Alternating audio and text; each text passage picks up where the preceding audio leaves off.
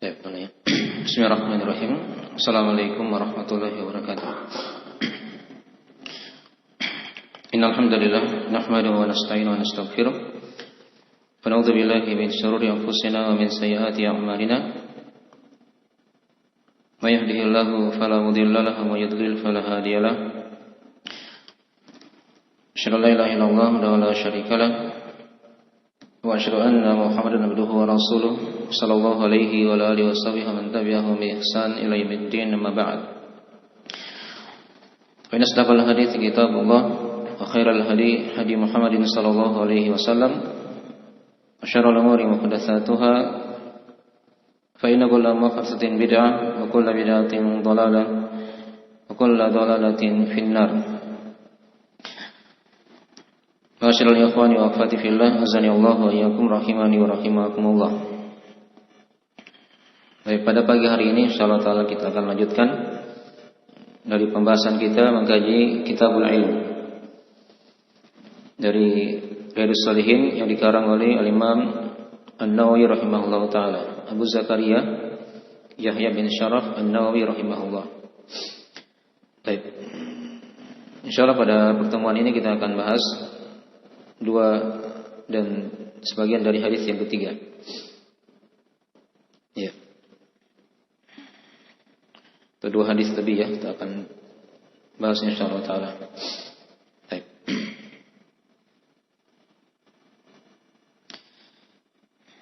Hadis yang pertama sudah kita kaji pada pertemuan sebelumnya di pekan yang lalu, dan juga sudah kita baca ayat-ayat yang berkaitan dengan keutamaan ilmu.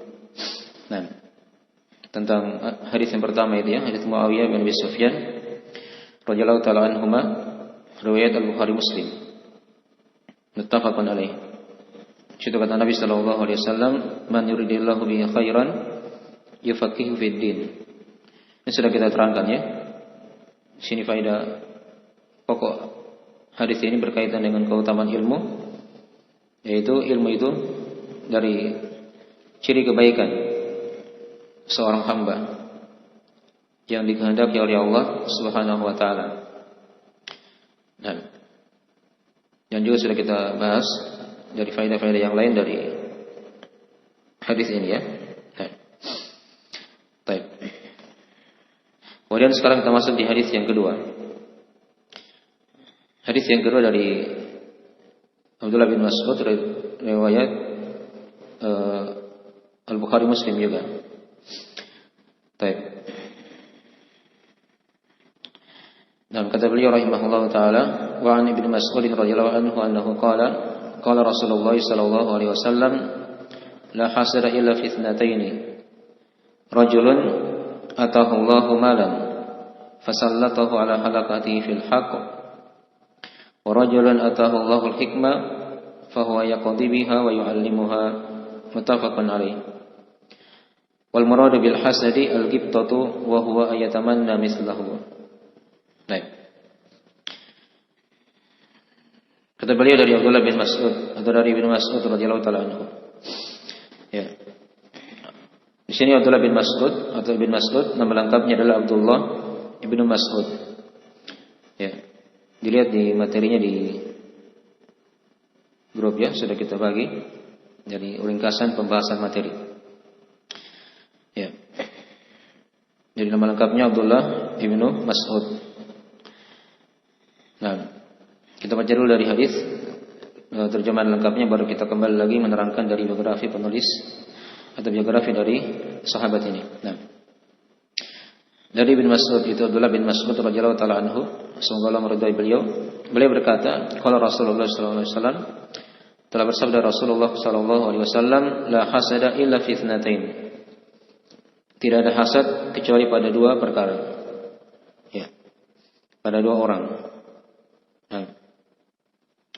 Yang pertama kata Nabi, rajulun atahu Allahu malan. Yaitu seorang lelaki yang Allah beri dia harta. Fasallatahu ala halakatihi fil haqq. Kemudian dia kuasakan harta tersebut, dia infakkan, dia belanjakan di atas kebenaran. Ya, di atas kebinasaannya dalam kebenaran. Itu bahasa hadis ya. Dikatakan dia binasa. Tapi nanti kita akan terangkan apa maksud dari dia binasa di situ. Nah, qarajulun atahullahul hikmah. Dan golongan yang kedua yang boleh kita hasad kepadanya, yaitu seorang lelaki yang Allah beri dia al-hikmah, ilmu yang bermanfaat. Nah, kemudian dia putuskan masalah dengannya, diselesaikan permasalahan, dan dia ajarkan ilmu tersebut. Ya, fa huwa yaqdi biha wa yu'allimuha. Nah, dia menyelesaikan masalah dengannya dan dia ajarkan ilmu tersebut. Ya. Muttafaqun alaih. Hadisnya dari riwayat Al-Bukhari Muslim ya. Ini sudah kita bahas. Kalimat muttafaqun alaih itu umumnya penulis buku-buku hadis menggunakannya untuk riwayat Al-Bukhari Muslim. Untuk riwayat Al-Bukhari dan Muslim. Ya. Muttafaqun alaih. Baik. Walaupun sebagian ulama ada yang menggunakan istilah muttafaqun alaih itu untuk 3 imam, yaitu Imam Ahmad, Imam Al-Bukhari dan Imam Muslim. Ya. Itu tidak banyak ya, hanya sebagian ulama saja. Dari kakek dari Ibnu Taimiyah rahimahullah taala. Nah, tapi umumnya dari mayoritas ulama ahli hadis ketika mereka menggunakan muttafaqun alaih, maka itu artinya ringkasan dari riwayat Al-Bukhari dan Muslim. Ya. Walaupun tidak sama lafaznya, ya, maknanya sudah mirip dan dia ada dalam riwayat Al-Bukhari dan Muslim, maka itu sudah dikatakan muttafaqun alaih. Ya. Dan juga sebagian ada yang mengatakan disyaratkan harus sama lafaznya begitu. Harus sama lafaznya. Itu dari pendapat-pendapat ulama seputar istilah muttafaqun alaih. Kata beliau wal muradu bil hasadi al-ghibthah. Yang dimaksud dengan hasad di sini adalah ghibthah. Apa itu ghibthah? Kata beliau wa huwa ayatamanna mithlahu. Yaitu seorang dia berangan-angan semisalnya. Dia berangan-angan ingin semisal dengan orang itu misalnya. Baik. Jadi dari hadis yang kedua ya, berkaitan dengan keutamaan ilmu. Ya. Kita lihat dari biografi sahabat dari hadis yang kedua ini, yaitu Abdullah bin Mas'ud radhiyallahu taala anhu.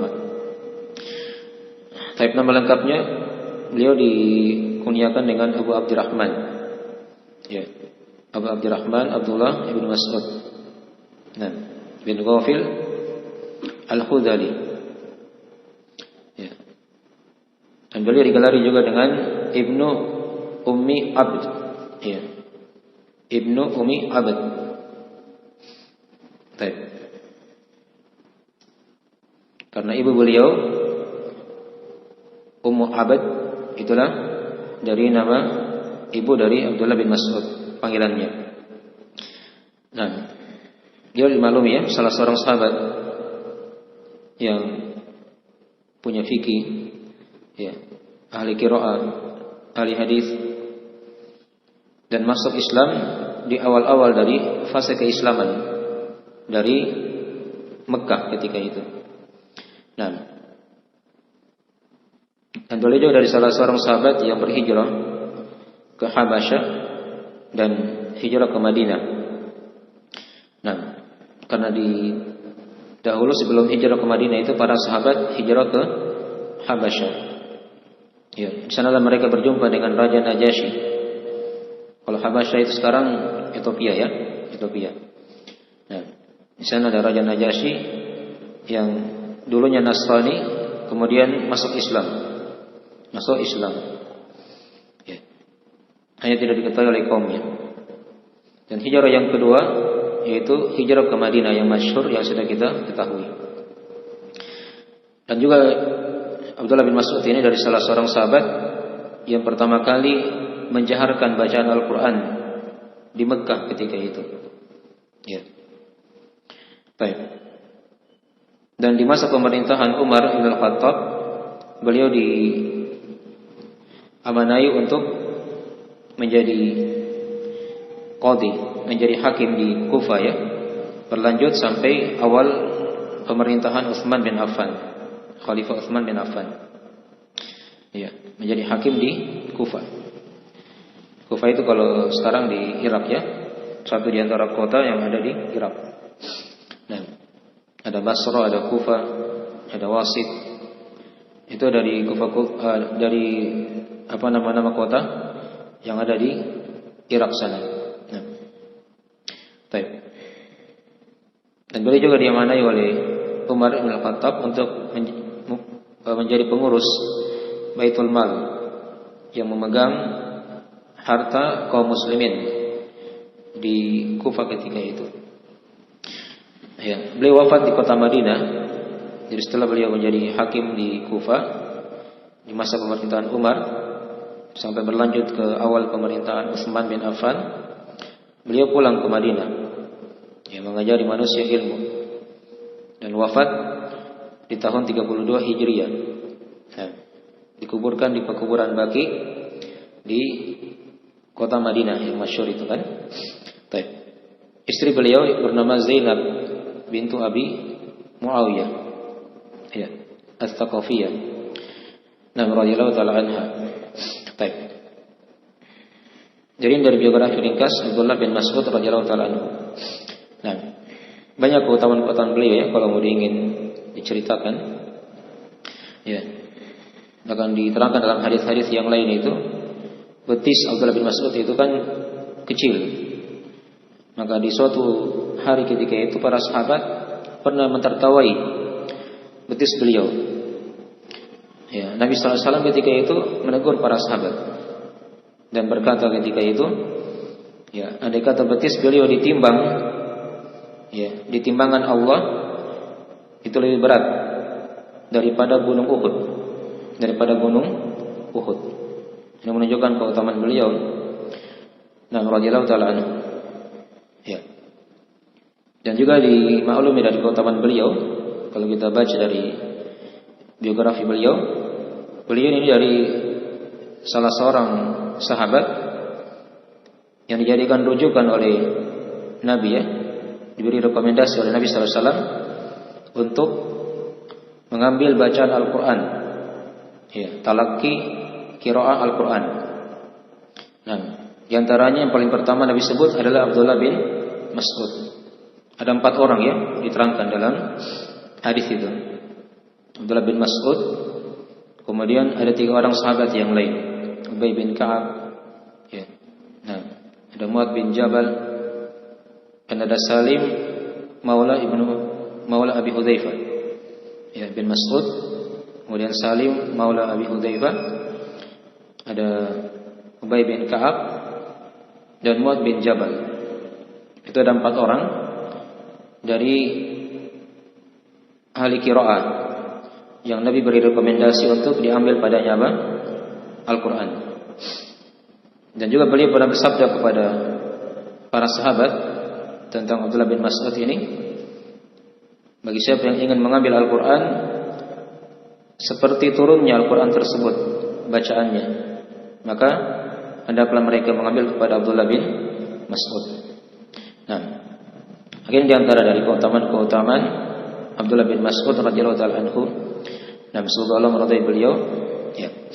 Beliau bawakan sini hadis tentang keutamaan ilmu. Baik, beliau berkata di situ, kata beliau, telah bersabda Rasulullah sallallahu alaihi wasallam, la hasada illa fitnatain. Nah, tidak ada hasad kecuali pada 2 orang. Ya.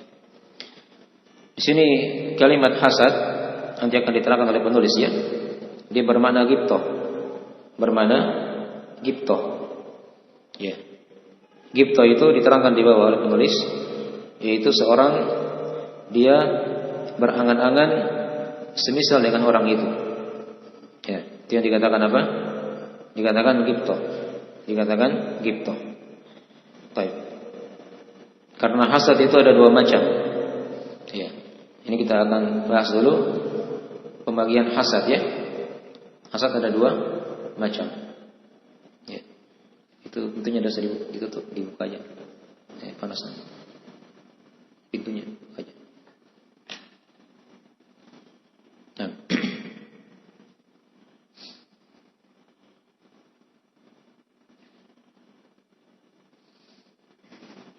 Baik.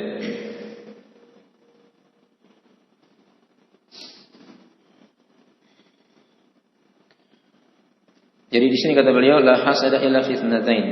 Tidak ada hasad kecuali pada dua perkara. Ya, pada dua orang. Nah, jadi hasad itu ada dua macam ya, kata para ulama.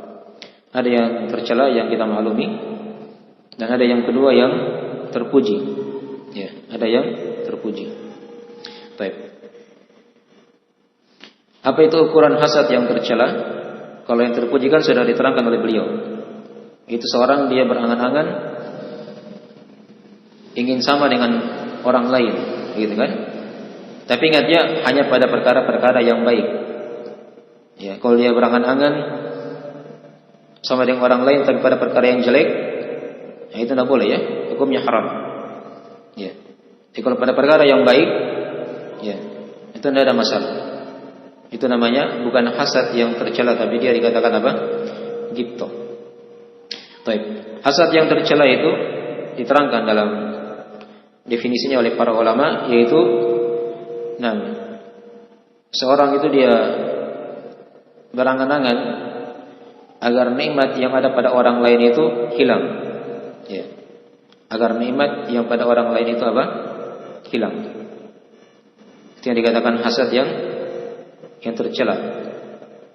Misalnya ada saudaranya dia lihat punya nikmat, terserah nikmat apa yang dia punya, saudaranya ini.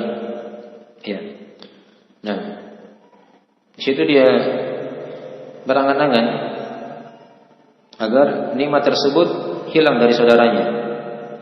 Apakah itu berupa benda atau keluarga atau apa saja, ya, yang dia miliki. Dia harapkan agar nikmat itu hilang dari saudaranya. Itu yang dikatakan hasad. Ya. Bahkan pada ilmu agama juga kadang seorang ada sebagian seperti itu ya. Ketika dia ingin nikmat itu hilang pada saudaranya, dan masuk dalam hasad yang tercela. Dalam hasad yang tercela. Baik. Itu diterangkan dalam Al-Quran sebagaimana hasadnya orang-orang Yahudi. Orang-orang Yahudi itu kan mereka hasad kepada kaum muslimin. Ya. Nah, wadda katsirun min ahlil kitabi law yaruddunakum min ba'di imanikum kuffara hasadan min indi anfusihim. Itu diterangkan di surah Al-Baqarah ya, ayat 109. Ya. Kata Allah, kebanyakan dari ahli kitab, dari kalangan Yahudi ya, dan Nasrani, itu mereka senang, cinta. Lau yaruddunakum min ba'di imanikum kuffara. Andai kata mereka itu mengembalikan kalian, ya, wahai para sahabat, setelah keimanan kalian menjadi kafir. Nah, apa sebabnya? Kata Allah, hasadan min indi anfusihim. Karena hasad dari jiwa-jiwa mereka sendiri. Ya. Min ba'di ma tabayyana lahum annahum min ba'di ma tabayyana lahumul haq. Tatkala sudah jelas kebenaran kepada mereka. Ya. Ini dari hasad yang tercela ya. Jadi senang orang lain dapat nikmat keimanan misalnya. Ada nikmat keislaman, nikmat ilmu agama, ya, dia tidak senang saudaranya, atau orang lain dapat nikmat itu. Dia ingin agar hilang nikmat tersebut dari orang lain. Itu yang dikatakan apa? Hasad yang diharamkan. Ya, hasad yang diharamkan. Baik. Dan juga kita diperintahkan oleh Allah untuk berlindung dari tiap-tiap orang yang hasad. Itu kan diterangkan di surah Al-Falaq kan? Qul a'udzu birabbil falaq min syarri ma khalaq wa min syarri ghasiqin idza waqab wa min syarri an-nafatsati fil 'uqad, wa min syarri hasidin idza hasad. Ya. Yang terakhir di situ kita mohon pada Allah, kita berlindung dari kejelekan orang yang hasad ketika dia hasad. Ya. Ya. Ketika dia apa? Hasad. Itu hasad yang tercela di situ. Dan dalam hadisnya Nabi telah bersabda, la tahasadu. Ya, jangan kalian saling hasad. Ya, jangan kalian saling apa? Saling hasad. Baik. Jadi dari jenis hasad yang pertama ya, itu hasad yang tercela, hukumnya haram. Ya. Nah, ada hasad yang kedua yang diterangkan dalam hadis ini, yaitu bahasa lainnya ghibthah. Dibahasakan dengan ghibthah. Ya. Jadi kalau kita lihat dari makna hadis, kalau dikatakan tadi la hasada illa fi itsnatain, ya, tidak ada hasad, maksudnya tidak ada ghibthah. Ghibthah yang terpuji, nah, yang lebih dicintai. Ya. Dan sudah diterangkan tadi maknanya ghibthah itu oleh penulis. Nah, dia berangan-angan sama dengan orang lain pada arah-arah kebaikan semuanya. Ya. Itu dibolehkan, yang lebih dicintai, lebih agung, lebih utama, dia ghibthah pada dua perkara. Ya, hanya pada dua perkara. Ya. Baik. Apa itu dua perkara itu? Nabi terangkan di situ. Rajulun atahullahu malan. Ya. Yaitu seorang lelaki yang Allah beri dia harta. Ya. Seorang lelaki yang Allah beri dia apa? Harta. Nah. Kenapa di sini dibolehkan hanya pada dua perkara ini, seorang ghibthah itu? Nah, diterangkan oleh para ulama karena tingginya kedudukan dua orang ini. Ya. Yang kita akan terangkan ya. Nah. Itu orang yang punya harta, dia gunakan untuk jalan-jalan kebaikan, diinfakkan seluruh hartanya. Dan orang yang punya ilmu, dia ajarkan ilmunya. Ya, diselesaikan permasalahan di tengah manusia. Ya. Di sini kalimat laki-laki di sini rajulun itu bukan berlaku untuk laki-laki saja. Ya, di sini berlaku juga untuk perempuan ya. Dan ini biasa ya, Nabi kadang bersabda seperti itu. Karena di depan beliau kan itu para sahabat. Ya. Kadang tidak ada yang hadir dari para sahabiah misalnya. Ya, hanya para sahabat di depan beliau. Maka beliau menggunakan bahasa laki-laki. Ya. Yang Allah beri dia apa? Harta. Tapi ini tidak terbatas pada laki-laki saja. Ini juga berlaku untuk perempuan. Ya, rajulun atahullahu mala. Ya. Nah, laki-laki yang Allah beri dia harta. Allah dimaklumi ya, nama Allah itu dia yang disembah, yang diibadahi dengan penuh pengagungan. Ya, dan pemuliaan kepadanya. Nah, itu arti dari nama Allah Subhanahu wa taala. Ya. Fasallatahu ala halakati fil haq. Kemudian dengan harta itu dia gunakan, ya, dia arahkan, dia kuasakan pada kebinasaannya dalam kebenaran, dalam kebenaran. Ya. Di sini dibahasakan dengan bahasa kebinasaannya, menunjukkan bukan artinya dia binasa ya, dia di situ mati, ya. Kemudian dia tidak didapatkan kebaikan dah. Di sini kalimat kebinasaannya maksudnya dia gunakan harta itu habis-habisan, ya, untuk membela agama Allah Subhanahu wa taala. Ya. Nah. Dan kalimat al-haq di sini dia bermakna kebenaran. Bermakna kebenaran. Ya. Bisa bermakna agama Allah, atau dia bisa bermakna segala dari sisi-sisi kebaikan dalam agama. Nah, Nah, itu yang dikatakan al-haq. Ya, pada jalur kebaikan yang sangat banyak. Nah, itu golongan yang pertama ya, yang boleh kita gibto kepadanya, berangan-angan semisal dengannya. Walaupun dia mungkin belum punya harta sekarang.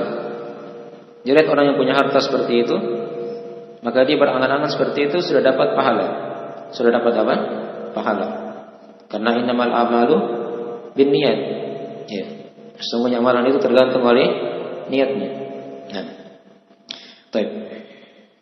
Kemudian golongan yang kedua yang boleh kita hasad kepadanya yaitu rajulun atahullahu hikmah. Yaitu laki-laki yang Allah beri dia hikmah. Ya. Hikmah di sini dia bermakna ilmu yang bermanfaat. Itu yang dikatakan apa? Hikmah. Dan kadang sebagian ulama dia mengatakan hikmah itu dia meletakkan sesuatu pada tempatnya. Meletakkan sesuatu pada tempatnya. Ya, banyak dari mana-mana hikmah ya kalau kita buka dari uraian para ulama. Ya, kadang hikmah juga dibahasakan untuk hadis. Untuk hadis Nabi sallallahu alaihi wasallam. Ya, min ayatillahi wal hikmah. Dari ayat-ayat Allah dan hikmah. Dari sunnah Nabi maksudnya, dari hadis-hadis Rasulullah sallallahu alaihi wasallam. Baik. Itu dari mana-mana hikmah, tapi hikmah di sini dia bermakna ilmu yang bermanfaat, ya, ilmu syar'i. Baik. Fa huwa yaqdi biha. Dengan hikmah tersebut, ya, dia memutuskan dengannya, diselesaikan permasalahan. Itu kalau dia seorang hakim di pengadilan misalnya, dia hakim, maka dia gunakan hikmah tersebut, ilmu tersebut untuk memberikan hukum di tengah manusia. Ya. Nah, kemudian juga ada tadi yang berpendapat hikmah itu adalah Al-Qur'an ya, adalah Al-Qur'an. Ya. Adalah Al-Qur'an. Jadi kalau dia dikatakan di situ memutuskan dengannya, ini arahnya kepada seorang hakim. Seorang hakim di pengadilan ya. Jadi dibedakan di sini ya, ada yang namanya mufti. Kalau mufti itu dia memberi fatwa. Ya. Ada yang namanya qadhi. Qadhi itu hakim. Ya, ini tugasnya di pengadilan. Ada yang namanya mudarris. Ya. Mudarris itu guru. Dia sekadar mengajar saja. Ya. Kalau tadi yang memberi fatwa, ada yang datang bertanya, dijadikan rujukan. Ya, dia beri fatwa di tengah manusia. Ya. Kalau hakim, biasanya itu kadang kalau ada masalah-masalah, ada sengketa misalnya kan, di tengah manusia, nah itu kembalinya nanti di pengadilan. Ada pertengkaran, itu jangan kembalikan ke mufti, ke guru, jangan. Tapi dikembalikan kemana? Ke hakim. Itu arah-arahnya kalau ada permasalahan seperti itu. Ada cekcok misalnya ya, antara dua suami istri, itu jangan ditanyakan ke ustaz, jangan ditanyakan ke mudarris, ke mufti, tapi tanyakan kemana? Selesaikan di hakim, di KUA, di pengadilan. Itu dibahas ya oleh para ulama. Seperti itu ya. Nah, jadi orang yang diberi hikmah, ilmu agama, diberi Al-Quran atau hadis, ya, dia bisa tempatkan perkara pada tempatnya masing-masing. Itu yang dikatakan hikmah tadi itu. Nah, dia putuskan masalah dengannya. Ini tadi untuk hakim ya. Untuk apa? Hakim di pengadilan. Wa yu'allimuha. Dan dia ajarkan ilmu tersebut. Ini untuk pengajar. Apakah dia mufti atau apa? Mudarris. Guru yang mengajarkan ilmu agama. Baik. Jadi dari mana hadis ya? Dari mana hadis? Nah. Jadi dua golongan manusia boleh kita gibto kepadanya. Boleh kita berangan-angan semisal dengannya. Ya. Dan ini gibto yang paling utama kata para ulama. Gibto yang paling terpuji. Walaupun boleh juga kita gibto kepada yang lain menurut pendapat sebagian ulama ya.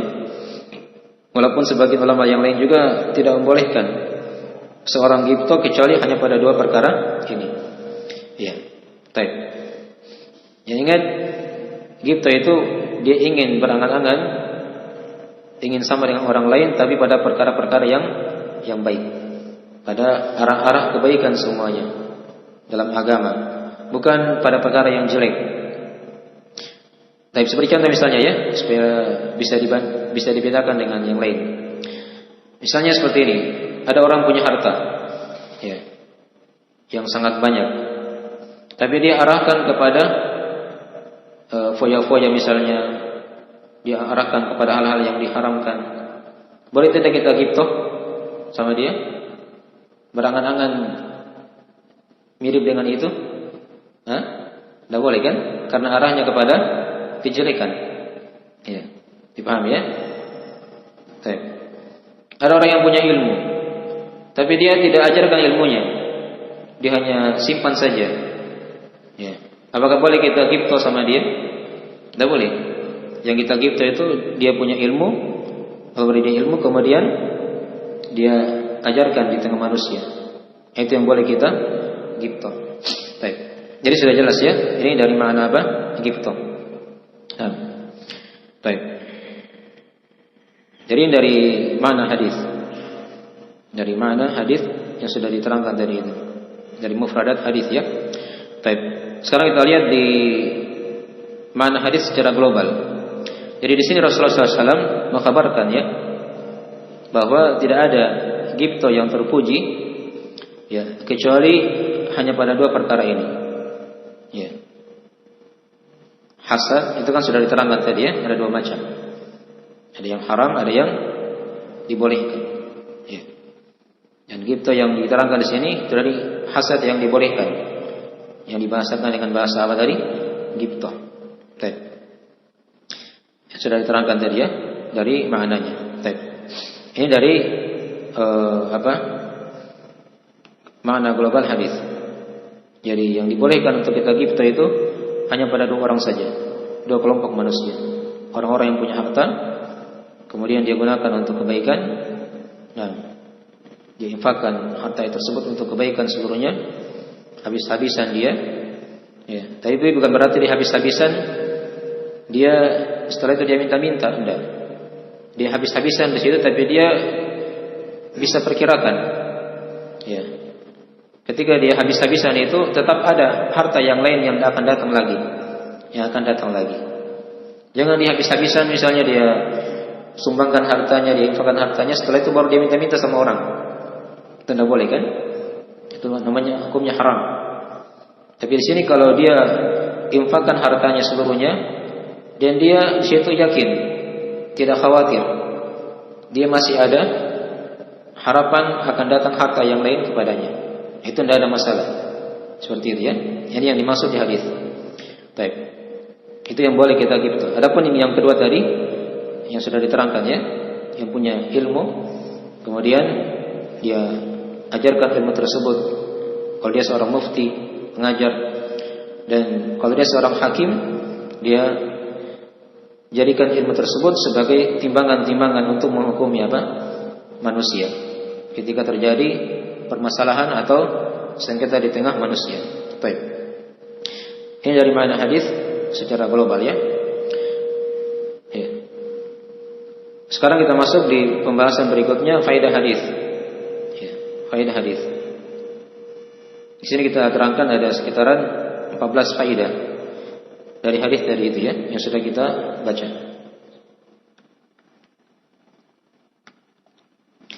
Baik, faedah yang pertama dari hadis, ini faedah pokok yang berkaitan dengan keutamaan ilmu. Jadi ilmu itu adalah sebab yang mengantar seorang pada sebaik-baik keadaan, ya, atau kedudukan di tengah manusia. Ini ya, Nabi terangkan sini dua saja, yang punya harta yang begini tadi, yang punya ilmu yang begini. Ya. Tapi kalau mau dibandingkan lagi antara dua ini, itu lebih tinggi yang punya ilmu daripada yang punya harta, karena ilmu itu lebih utama daripada harta. Nah, itu akan diterangkan ya sisi-sisi yang lain nanti di hadis-hadis yang lain. Ilmu itu akan senantiasa mengikuti pemiliknya walaupun dia sudah meninggal. Beda dengan harta.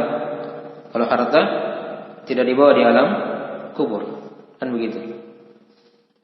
Jadi ilmu itu akan terus mengikuti pemiliknya sampai di alam kubur, bahkan sampai di hari kiamat. Ya. Tapi kalau harta, dia berhenti saja pas ketika pemiliknya sudah meninggal. Beda kalau dia misalnya wariskan amal jariah, ya itu kadang lain lagi masalahnya. Mungkin akan mengalir juga pahalanya, tapi tetap tidak bisa mengalahkan dari keutamaan ilmu. Ya. Baik, ada sisi-sisi ya, mungkin nanti kita akan kaji di tempat-tempat yang lain yang menunjukkan ilmu itu lebih utama daripada daripada harta. Baik. Jadi ini dari faedah pokok hadis yang menunjukkan akan keutamaan ilmu. Jadi ilmu itu adalah sebab ya yang mengantar seorang ya menjadi orang yang paling terbaik keadaannya dan kedudukannya di tengah manusia. Nah, kemudian yang kedua dari hadis ini juga diterangkan kepada kita pembagian hasad. Ya. Jadi Nabi kan bahasakan hasad itu ada yang dibolehkan. Ya. Menunjukkan hasad terbagi ya, terbagi dua. Ada yang haram, ada yang halal. Yang sudah diterangkan tadi ya. Baik. Kemudian yang ketiga dari faedah hadis ini juga diterangkan kepada kita bahaya hasad. Bahaya dari hasad. Jadi hasad itu adalah hal yang diharamkan. Adalah hal yang diharamkan. Ya. Dan banyak lagi kalau kita urai dari bahaya-bahaya hasad itu. Baik. Kemudian yang keempat dari faedah hadis ini juga diterangkan kepada kita bahwasanya ghibthah itu akan menjadi terpuji jika arahnya kepada sisi-sisi kebaikan. Tadi ya, ghibthah itu akan menjadi terpuji jika arahnya kepada sisi-sisi kebaikan. Nah, dan yang paling terpujinya adalah ghibthah pada dua perkara tadi yang sudah diterangkan dalam hadis. Nah, itu faedah yang ketiga ya. Faedah yang keberapa tadi? Yang keempat. Faedah yang kelima, di sini diterangkan kepada kita penyebutan dua kelompok dari kaum muslimin yang berada pada puncak kebaikan. Yang pertama yang punya harta, diinfakkan seluruh hartanya untuk agama Allah, kebaikan di jalan Allah. Yang kedua yang punya ilmu, dia ajarkan ilmunya. Ya, diajarkan apa? Ilmunya. Kalau dia seorang mufti, dia seorang hakim, maka dia gunakan ilmu tersebut untuk menyelesaikan permasalahan ya, sengketa di tengah manusia. Baik. Kemudian faedah yang keenam dari hadis ini juga diterangkan kepada kita lafaz laki-laki yang sudah diterangkan tadi ya, itu mencakup juga perempuan. Ya, tadi sudah kita terangkan apa sebabnya ya. Nabi itu kan kadang mengajar hanya laki-laki dari para sahabat yang hadir. Maka beliau di situ ucapkan laki-laki saja. Tapi ini tidak berlaku untuk laki-laki saja, juga berlaku untuk perempuan. Ya. Beliau juga punya majelis-majelis khusus yang Nabi siapkan untuk para wanita ya dalam sepekan ketika itu. Nah. Kemudian faedah yang ketujuh dari hadis ini juga diterangkan kepada kita keutamaan orang yang kaya. Ya. Yang tidak kikir dengan hartanya. Ya. Ada orang kaya tapi dia kikir, itu tidak dapat keutamaan ya. Di sini orang yang kaya yang dia tidak kikir dengan hartanya. Ya, karena dia tahu harta itu titipan dari Allah. Titipan dari Allah.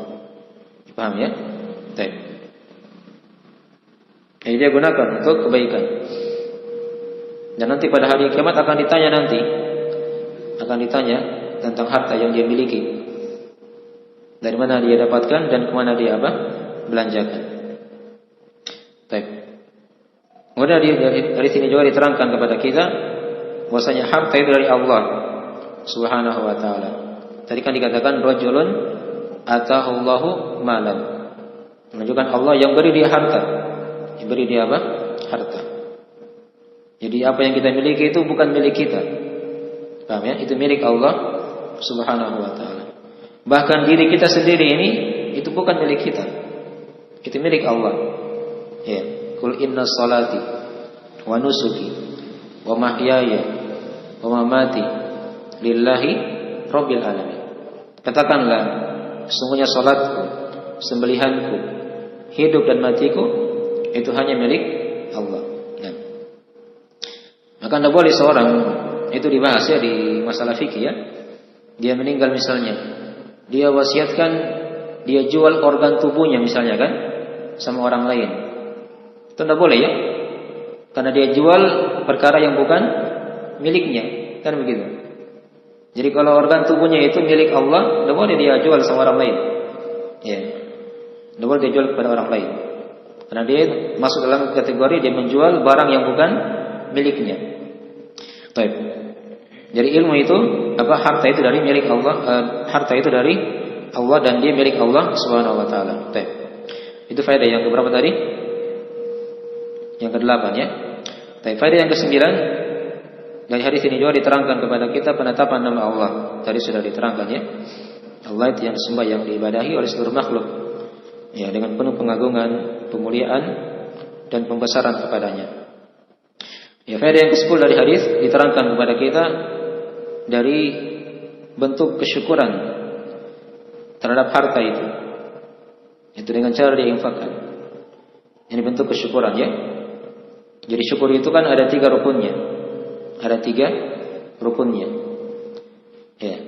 Ada ucapan dengan lisan. Atau yang pertama, diakui seluruh nikmat kan dari Allah Subhanahu wa taala. Itu yang namanya syukur. Kemudian yang kedua, dia puji Allah dengan lisannya. Dibaca apa? Alhamdulillah. Kan begitu. Ya. Ada yang ketiga. Ini jarang diketahui oleh manusia. Ada bentuk kesyukuran seorang itu dia beribadah kepada Allah. Ya, dia beribadah kepada Allah itu dari bentuk kesyukuran akan nikmat Allah Subhanahu wa taala. Jadi kalau dia punya harta diinfakkan, itu bentuk dari kesyukuran kepada Allah Subhanahu wa taala. Jelas ini ya.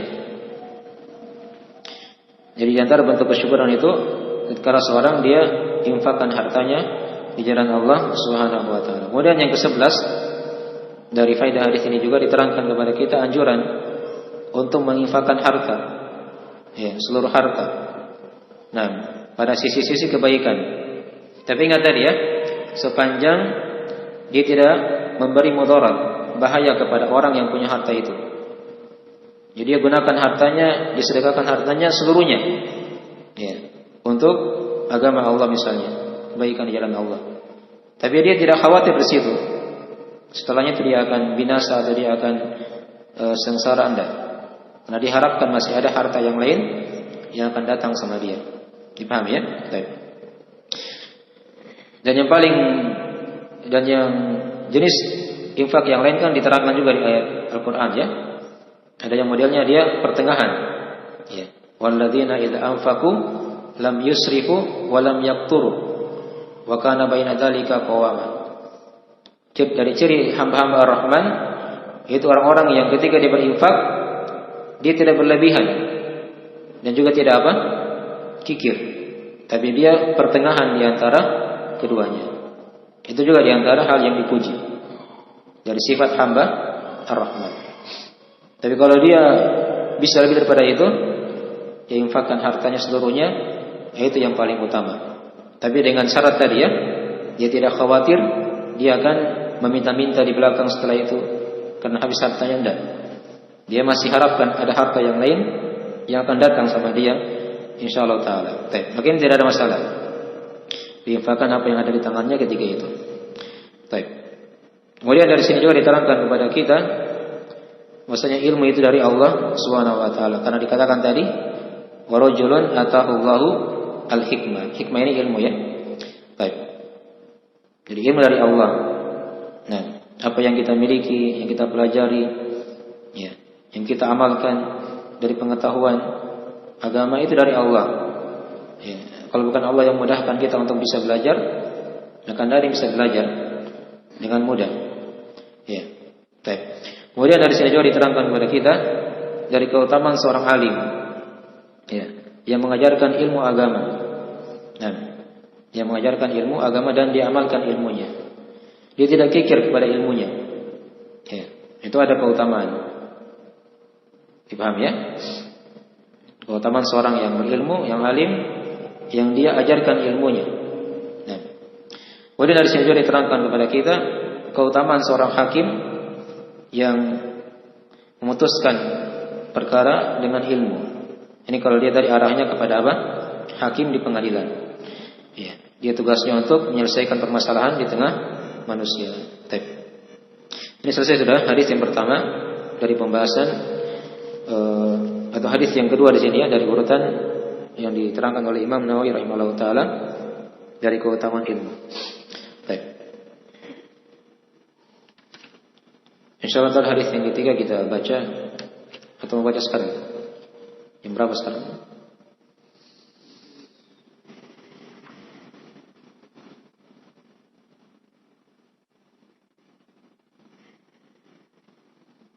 Pas setengah 11 ya. Tapi kita istirahat dulu.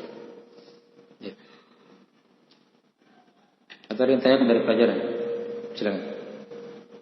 Di belakang juga kalau ada yang tanya dari akhwat sebelum kita masuk hadis yang ketiga. Baik.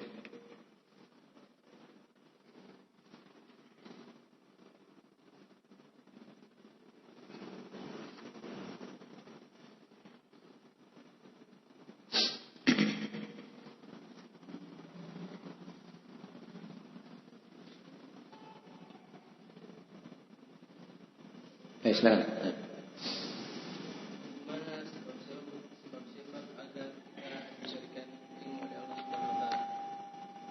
Sedikit terus. Itu yang di sini ya. Terlalu besar kayaknya. Apa tadi sebab-sebab? Itu sudah kita bahas ya di hadis yang pertama. Ada di ayat yang pertama kan? Sebab-sebab seorang itu diberikan ilmu itu kan banyak. Jadi antaranya kan dia belajar agama. Karena kata Nabi, innamal ilmu bita'allum. Ilmu itu didapatkan dengan cara dia belajar. Ya, dia belajar ya. Tidak ada istilahnya sejarahnya orang belajar dapat ilmu itu dia duduk-duduk di rumah, di baring-baring saja, tidur saja, ya dapat ilmu. Itu tidak ada dapat ya seperti itu. Ya. Dan tidak ada juga sejarahnya dia dapat ilmu, dia hanya baca buku saja. Dia hanya baca buku, tapi dia belajar. Ya, dia belajar. Banyak para ulama, bahkan para sahabat yang turun kepada mereka Al-Quran itu masih disuruh belajar sama Nabi. Masih disuruh apa? Belajar. Itu yang sudah kita singgung tadi ya. Ketika mereka diperintah oleh Nabi mengambil Al-Quran dari 4 orang, kan begitu. Dari Ibn Mas'ud, dari Salim Maula Abi Hudzaifah, dari Ubay bin Ka'ab, dan dari Mu'ad bin Jabal.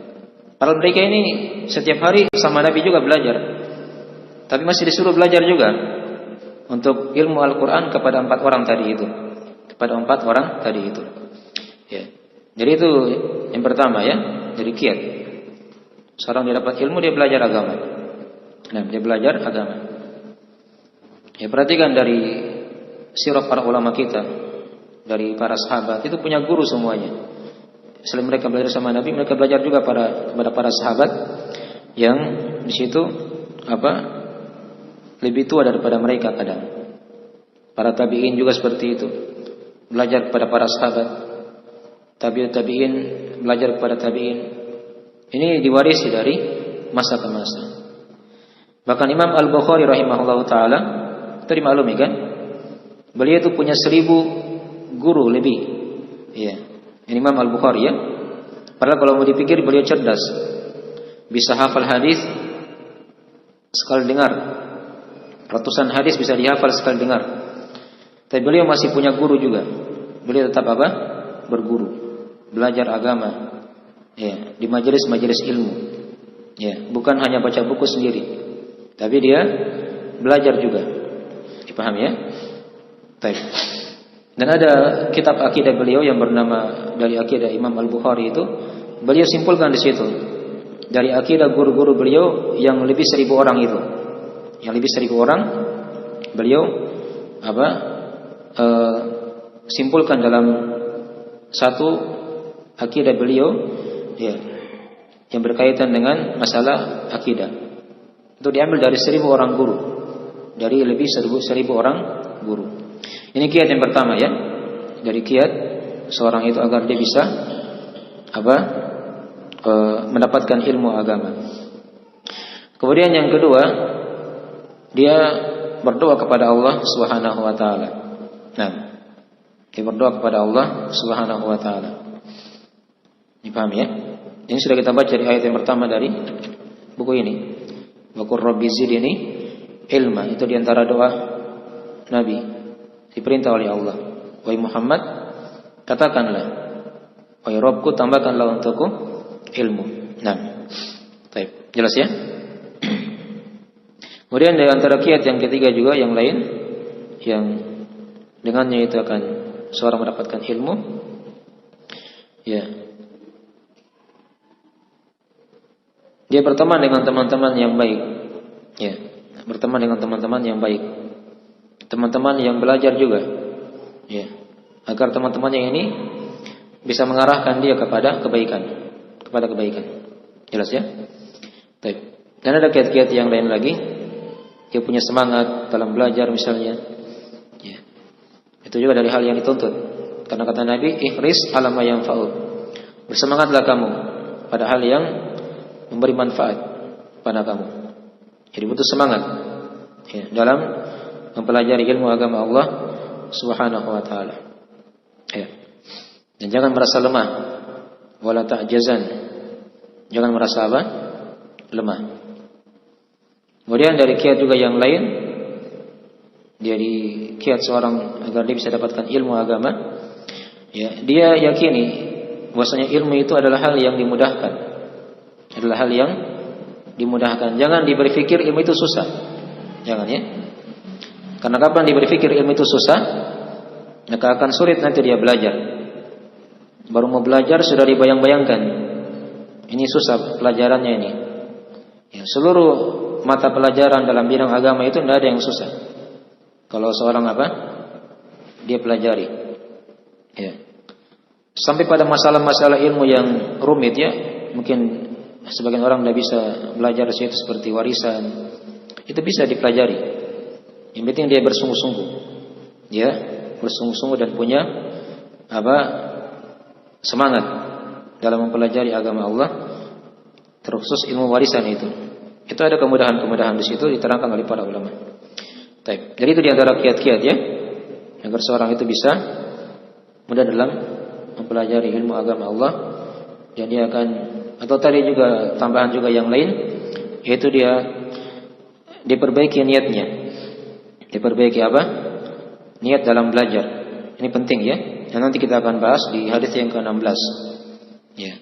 Karena ilmu itu tidak akan bisa masuk kepada orang yang niatnya itu bukan karena Allah Subhanahu wa taala.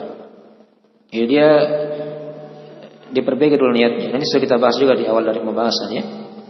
Dia niatkan menghilangkan kejahilannya, dia niatkan untuk agar dia bisa amalkan ilmu tersebut. Ya. Dia niatkan agar dia bisa mendakwakannya. Ya. Dan dia niatkan untuk mencari wajah Allah Subhanahu wa taala ketika belajar. Ya. Itu aja yang dia pikir. Dan jangan dia pikir perkara-perkara dunia dalam mempelajari ilmu agama Allah Subhanahu wa taala. Ya. Itu dari hal yang diingat ya. Dan nanti akan dirinci lagi di hadis yang ke-16 seputar permasalahan itu. Baik. Ya, mungkin sekira itu dulu ya. Ini sesi yang pertama kita selesaikan. Dan nanti insyaallah di sesi yang kedua kita bahas hadis yang ketiga. Hadisnya agak panjang ya. Nanti kita bahas di sesi yang kedua insyaallah taala. Baik. Nah, kita istirahat dulu. Subhanakallahumma wa bihamdik, asyhadu an la ilaha illa anta, astaghfiruka wa atubu ilaik.